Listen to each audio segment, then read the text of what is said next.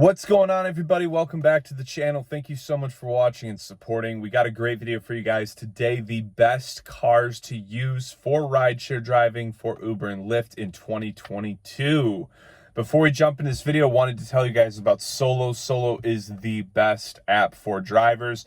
It is free, and if you sign up using our link in the description below, you're going to get $15 just for signing up.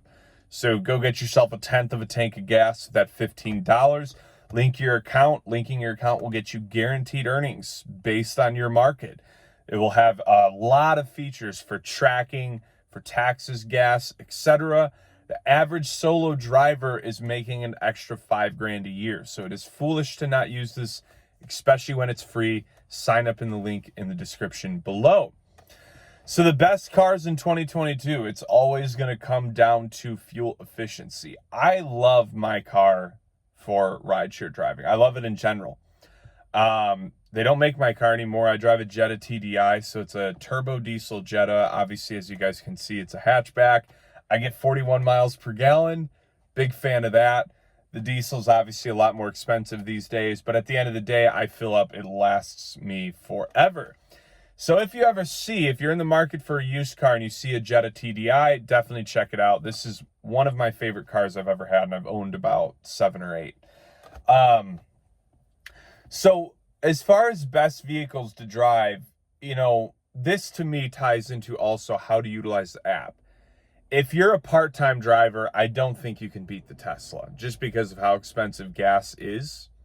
But if you're a full-time driver, having a Tesla can be very annoying because you got to stop at the end of the day and recharge. And if you've got your own home and you can recharge your car in your garage, that's one thing. But if you've got to pull up to a Publix or a Safeway and charge your Tesla at the end of every 10-hour shift, that might be a little bit annoying, Still obviously worth it,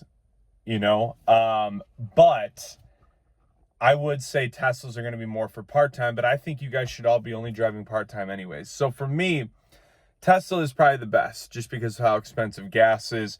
If we're not including the EVs, because obviously pretty much every major brand has their own electric vehicle. I'm not just going to go down the line and name every electric vehicle for each major car brand. Outside of EVs and my own vehicle, what I would say is the best decision you can always make. I literally think,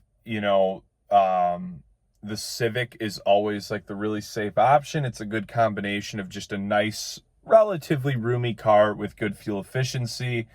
On that same note, I know a lot of people really like driving Priuses for the mileage. I hate Priuses, so I'm not going to say that one comes from me. I just know it's something I see on a lot of rideshare forums, is that the Prius is a great car. There's just something about those, and it's probably just a misconception on my end, but they just always look like they're about to combust to me. Like, I just see a Prius and I'm like, I feel like the wheels are about to shoot off on the highway. I don't know. I mean, other than that, I think it's more of what cars to stay away from. Just always be looking for a sedan in the 30 mile per gallon range if you can, which is going to be most of them. SUVs, I think, are always going to be a mistake unless you have some type of hybrid option or electric option. But like I said, I'm not going to just go name all the electric cars. So I think the Civic is always going to be one of the better vehicles. I think you go to any of those 4-door sedan options, the Corolla, all of those. I don't like any Ford vehicles, so I'm not going to mention Ford at all. I mean, I like the F-150s and I do like the Ford Raptors, but you shouldn't be driving those for rideshare anyways. So the key thing here, guys, is stay away from the SUVs, stay away from anything that's higher gas mileage. Look into more of the unique cars, kind of like mine, that may have been discontinued. Obviously, if you find a sedan that takes diesel, which is very rare, that's going to be a really good bet. I also think getting something with a roomier back like mine is a very good idea. Some trunk space is necessary. I've heard stories about people with a car like a Prius that has no trunk, that they weren't able to pick someone up at the airport because they had too many bags. And not even they had 10 bags. They had 3 bags and the Prius couldn't fit the bags. So that's something you want to take into account now, but the key thing here is going to be gas mileage. I know getting a Tesla isn't realistic for a lot of us on an Uber budget. But anyways, let's cut the video off here, guys. Thank you so much for watching. Please like, share, comment, subscribe. Check out Solo, linked in the description below, and I will talk to you guys soon.